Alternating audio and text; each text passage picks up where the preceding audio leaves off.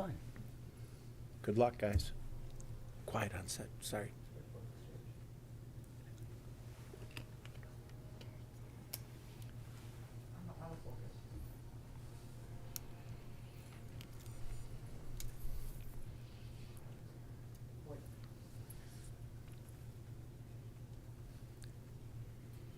Hello and welcome to the ISD 200 School Board Special Election Forum. This event is presented by the Hastings Area Chamber of Commerce in partnership with Hastings Community TV.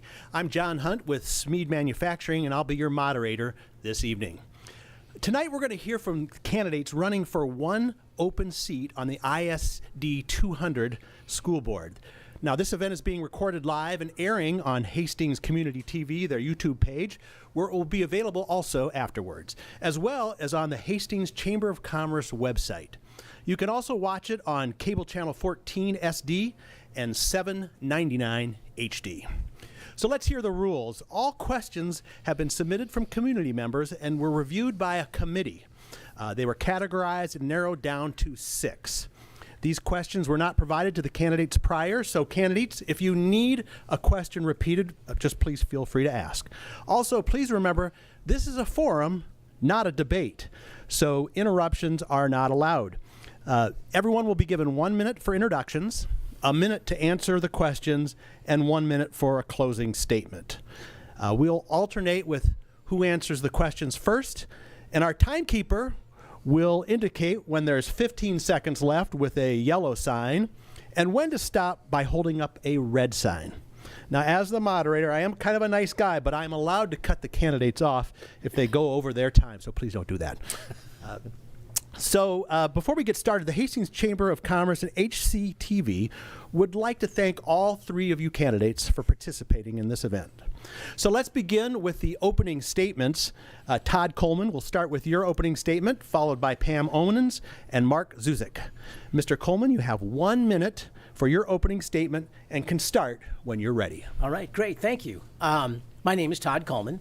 Just a little bit about me. My family and I have lived here for 36 years. I proudly supported 4 children through the Hastings school system, and I've watched them become successful and productive citizens. Had a great experience here. School board, to me, I bring a new and fresh perspective. That's what I'm bringing to the school board. I want to represent parents and I want to represent students. I want only the best for their future, as we probably all do. I'm going to remain politically neutral because I want to represent, as I said, all parents and all students. We need to regain the parents' trust in our school systems. And how we do that is just 5 short things. We need to refocus on academics. We need to recognize individual students' achievements. We need to educate our kids, not indoctrinate. We need to look at policy about public meetings. And then, lastly, school board transparency. Parents, these are your kids. They need to hear your voices. Thank you. All right, Ms. Onen, please give us your opening statement. Good evening. My name's Pam Onen. My husband and I moved to Hastings, and we've been here about 31 years. We just had our 31st anniversary a little bit ago. We love this town. I'm coming from the perspective of a person that hasn't grown up in Hastings, and we are discovering the town and the school system on our, as we go. We're very, very happy that we have 3 children that have gone through, 2 have gone through, and our last is in his last year at the high school. My story is education has always been important to me.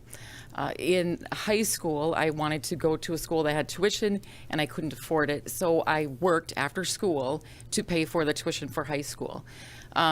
And I learned that education is very important. With that, I have a lot of passion, and I'm looking forward to this forum, and we can talk more about that.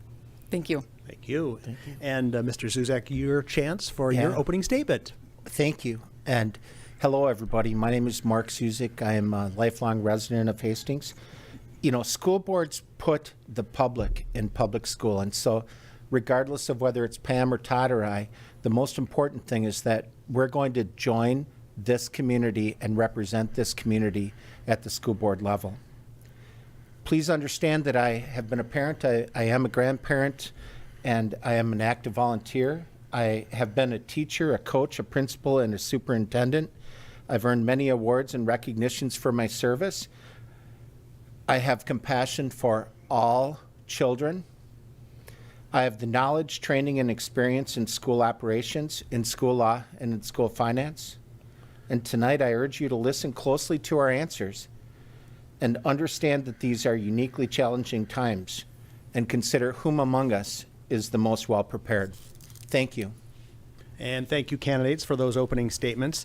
We're going to now move on to our first question. Ms. Onen, you will be answering first, followed by Mr. Zuzek, and then Mr. Coleman. This question has two parts. Tell us, why did you decide to run, and what do you think the top priorities of the school district should be? Thank you. Why I decided to run. I watched the school board meetings, and I know that we had Mike Reese that had resigned and that there was an open seat. So on July 25th, I sent an email to the full school board saying I would be willing to fill that seat. I have a lot of board experience. I am professional. I am willing to look at information and understand what I need to in order to make a fair decision as a group.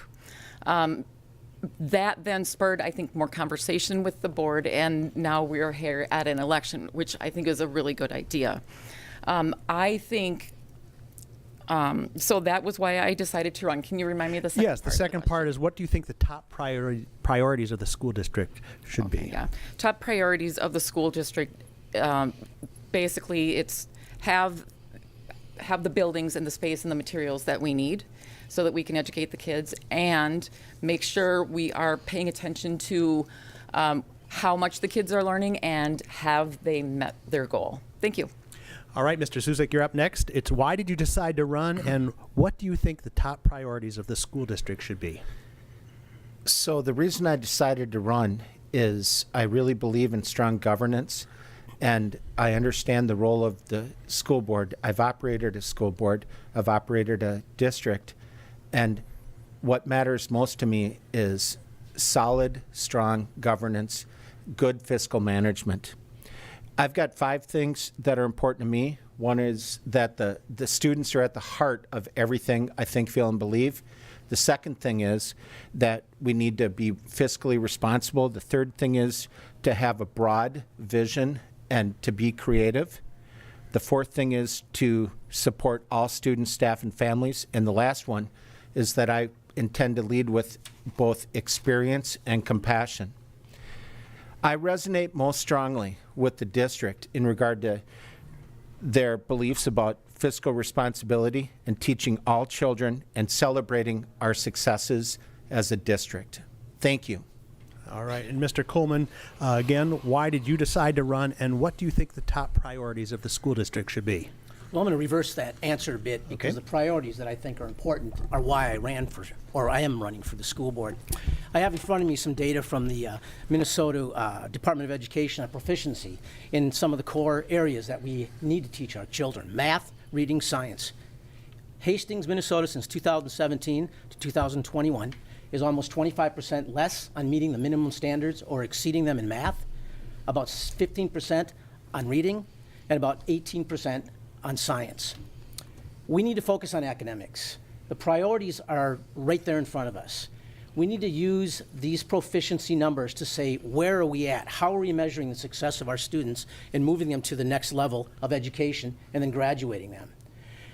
I see too many distractions coming into the system right now. Those are cell phone use, disrespect from some students, and then I'm going to get right to it, political ideologies, gender resexualization, critical race theory, and systemic race theory. These are theories.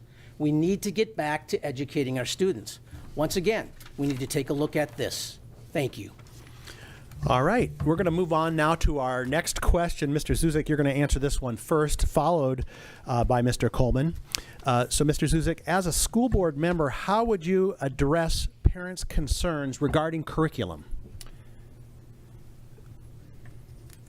First and foremost, most of the concerns regarding curriculum come from parents that are well-intended and care deeply about their children and want to protect their children. The problem is, when you're running a school of 1,500 students, it's hard to decide what what each kiddo needs as an individual. And so, for instance, critical race theory is something that's talked about. I will tell you it's not being taught in public schools. What bothers me most about the whole conversation about CRT or critical race theory is that there's a belief that we are indoctrinating our kids or making them fearful or making them feel bad about what happened. And I want to be clear that a 10th grade student sitting in a history class is no more responsible for the bad parts of American history than I am or any of us are. And so what I think matters most is that we teach with compassion, we teach with understanding and empathy. Thank you. All right. Mr. Coleman, you're up next as a school board member. How would you address parents' concerns regarding curriculum? Great question. Well, first of all, Minnesota statutes for 2022, statute 120B.20, parental curriculum review. All parents, and you need to know this, have the right to know what the curriculum is and can request it. In addition to that, we have policy 603, curriculum development. 601, school district curriculum and instruction goals. The parents have the opportunity to become very involved in the process of curriculum and its selection, as well as different books and texts. They need to become involved. I can't emphasize that more. I take a look at our proficiency numbers, again, that I presented, and looking at all that's going on right now, we need to educate our kids, not indoctrinate. I'm going to read something, and we'll end with that in this part. I went to the ISD 200 page, and I pulled up equity. Commitment to equity. The killing of George Floyd in Minneapolis in May 2020 and subsequent events were a clear reminder that systemic racism is a potent and negative and divisive force that affects all of us, including our students. I'm not saying this didn't happen, but we need to focus on educating our kids. Okay, Ms. Onen, as a school board member, how would you address parents' concerns regarding curriculum? Thank you. So if a parent were to let me know that they had a concern about the curriculum, first of all, I would be very happy that a parent was willing to have that conversation. I would want to have that conversation and find out what part of the curriculum do you think is good, what part isn't, and why do you think it needs to get better.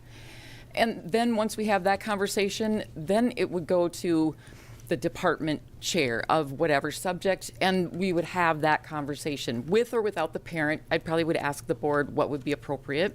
And we really need to welcome any comments from the families. Yeah. It's their kids that are learning this. And I want our school to always do better for the kids. And if we get that feedback from the family, because the kids aren't going to, so that's golden. I'd jump on that. Great. Now for the third question, Mr. Kuhlman, we're going to start with you, followed by Ms. Onen. The question is this: what qualifications do you have that prepares you to set policies that will impact classroom curriculum? That's a great question. I'm going to be very candid. There is no job description for this position. There really isn't. I bring a plethora of background from the medical industry to managing people, not only in the United States, but overseas, managing multi-level sales and products and et cetera. So I have those skill sets, and I don't need to go into them. But the main skill set that I bring to this table is I am a parent. And in all my door knocking, and I'm sure the other candidates have found that too, in the discussions that I've had, about 100% of the parents I talk to are concerned about their input on topics that they are not aware of. So I've instructed them, as I did with the last question, about their rights and what they can do. And then lastly, the parents need to have more of a voice at these school board meetings. When I moved to Hastings, I could walk up to a podium like this and address the school board. That no longer happens as of August 2021. That needs to change. And Ms. Onen, what qualifications do you have that prepares you to set policies that will impact classroom curriculum? Thank you. So I am a mechanical engineer, and I worked at the refinery for a long time, basically a girl. So that was a different setting, so I understand being a minority. When I stayed home to raise the kids, then when they got a little bit older, I went back to school, and I have a master's in education. So I do have a good, strong background in understanding education. one very important thing that I have is I will listen to all of the comments. If somebody is having concerns about, as we're looking to set policies, I would hope, as Mr. Coleman was pointing out, I would hope we would get some public feedback. I would welcome that and consider that. And of course, I would look to someone or somewhere where I could make sure how much ownership does the board have of policies, how much amount, what can we do? I wouldn't want to promise something that the board cannot do or can't come together and solve. Okay, Mr. Suzik, same question. What qualifications do you have that prepares you to set policies that will impact the curriculum? So understand that I've been a professional educator and a leader for 34 years in public education. I've worked the entire time working with teacher teams and parent teams in developing the curriculum and agreeing on the curriculum, and nothing will change from that. Just as an aside, a couple of other things. I have been Teacher of the Year for Hastings Public Schools. I've got numerous awards for volunteerism. I was Principal of the Year for the entire southern half of Minnesota 1 year, and then I've also was the Outstanding Educator recognized by the Chamber of Commerce, and most proudly I was Employee of the Year from Hastings Public Schools. So I understand education. I'm good at it. It's all I've ever known. It is my life's blood, and this is just a new way for me to lead, to look at the curriculum, to follow the standards, and to lead as an educational leader. Thank you. All right, now for our fourth question, Ms. Onen, you're going to start, followed by Mr. Suzik. How can the school district prepare students for careers after high school and highlight career opportunities at local businesses? Okay, thank you. Okay, this is easy because the high school is like on it, totally on it. So I've got two children that are out of college and one that's a senior in the high school. The two older kids didn't see or didn't notice or didn't take advantage of a welding class that our current senior took last year. He loves welding. He wanted to get into small engine repair. The technological classes we have at the high school are amazing. I would love, though, to see more computer programming. I think we fall short on that. But, okay, as far as getting kids into jobs, I was door knocking, and a friend of mine telling me what her son is doing, and she's like, well, he decided to go work at Ames as part of like a half of a day, and he worked for them over the summer.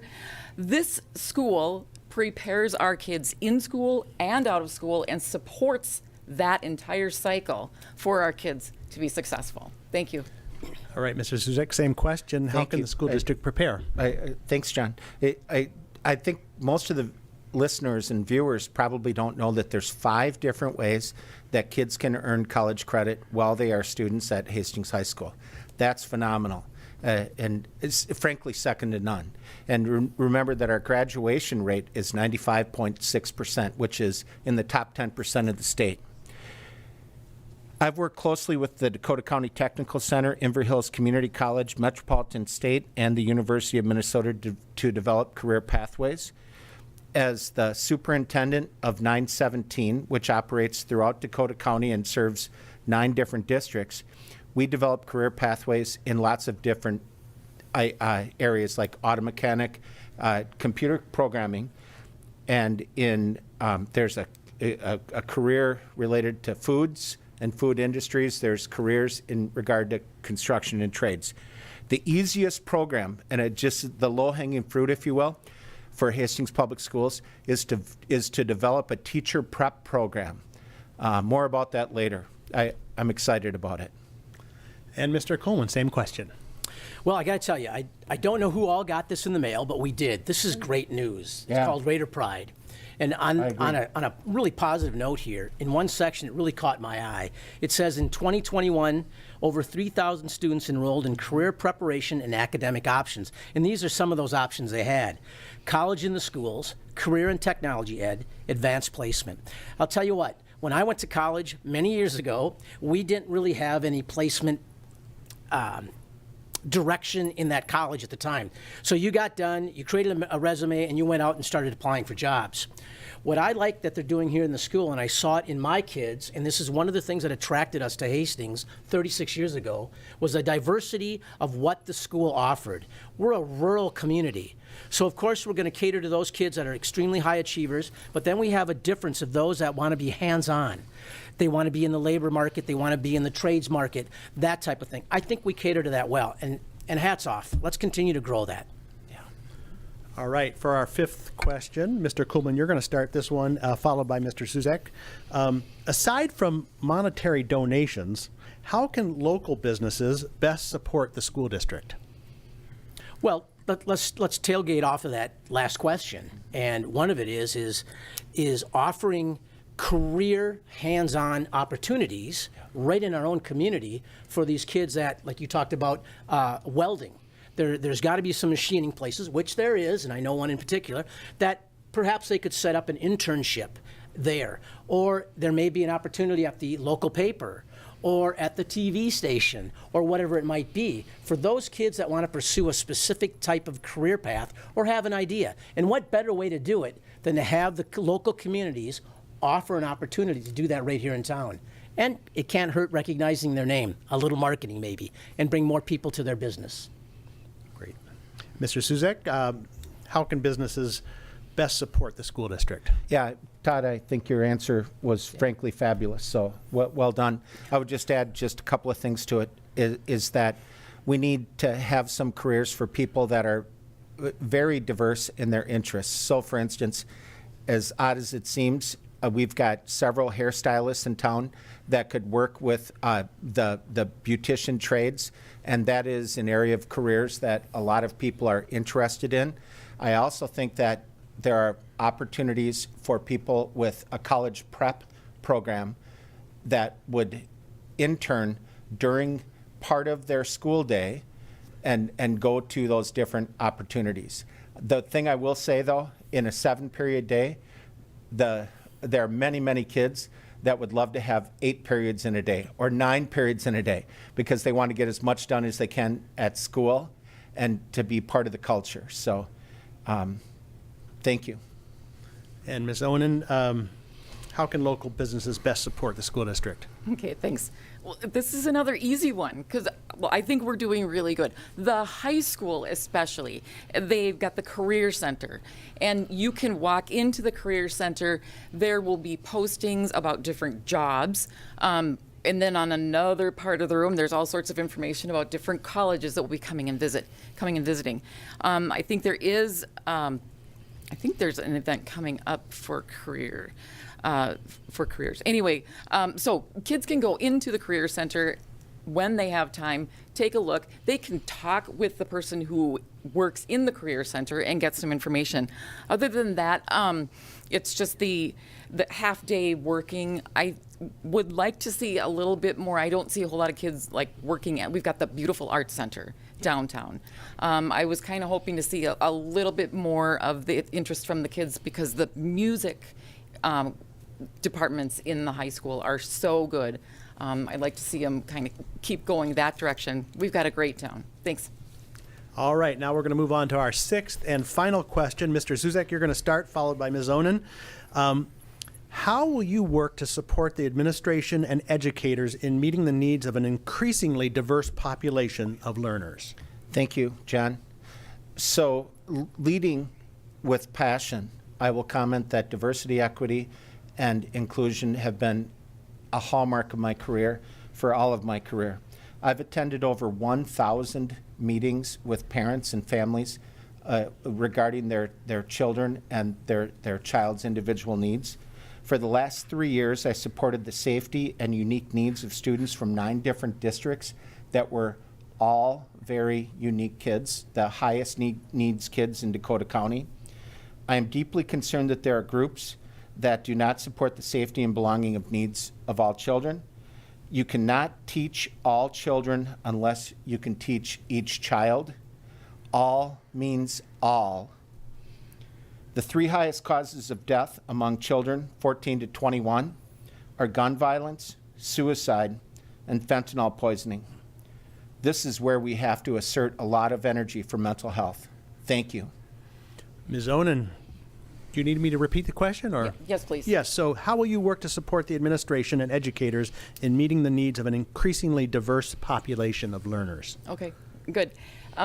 My explanation worked really well, especially if you paid attention to the last part, which you did, of what Mr. Zuzik said. We see that children are having, young people are having a hard time emotionally. What I did is I looked at this question. I think the first thing is you establish a sense of belonging. You reaffirm to the student that they belong here, you are with us, we are here for you, and this is where you should be, you matter. And then what I would like us to do, make sure that everybody understands we're all different. We are, every single one of us. And then third, is to make sure that students get a person or a point of contact, like a deaf hard of hearing or a counselor or a teacher, that can help them navigate. What can I do to help things go better with me in school? And we can modify work and assessments, and I think those would be good things to do. Thanks. All right, Mr. Coleman, how would you work to support the administration and educators in meeting the needs of this increasingly diverse population of learners? Great question. First thing, I just want to make a statement. Again, we need to recognize individual student achievement. And what I mean by that is we have to be careful how we identify groups and placing these kids in groups. And I think what we're seeing across the United States, not just in Hastings, but we're seeing identity politics peeking in. Identity politics, just so you know, it's a political approach wherein people of a particular race, nationality, religion, gender, sexual orientation, social background, social class, or other identifying factors develop political agendas that are based upon these. There's no place for that type of equity in the school. Once again, our proficiency numbers are down. That should be a priority. We need to get these kids educated again. If they're not up to par, if they're not meeting that expectation, there's a gap. We need to look at each individual student and figure out why is that. And one way to do that too is, and I know this is something that's coming up all the time, is the class size. If the teachers had a manageable class size, they could address students with individual needs right there in the classroom.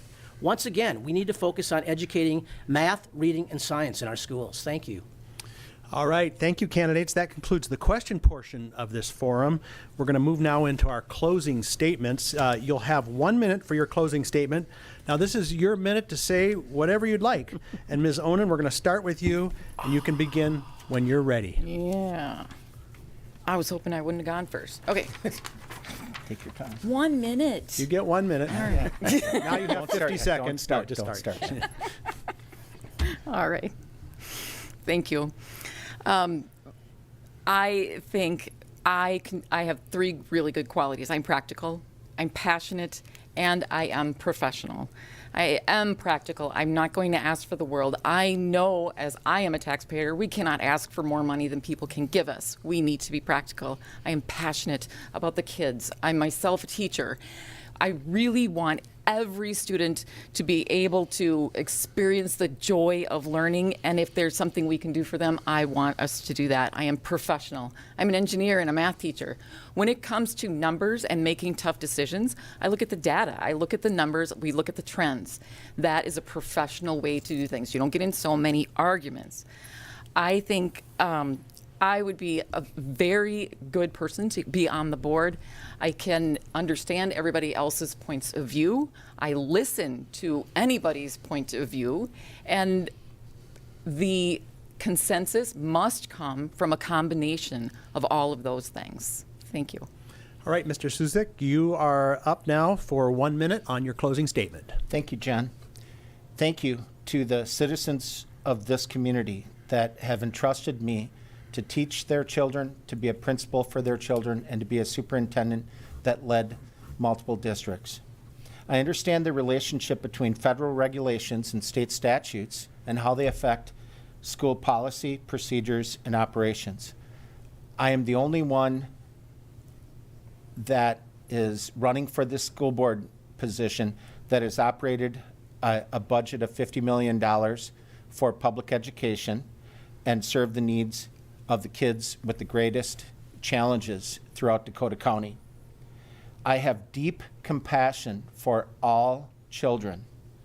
It is with humility and confidence that I ask for your voice and ask for your vote.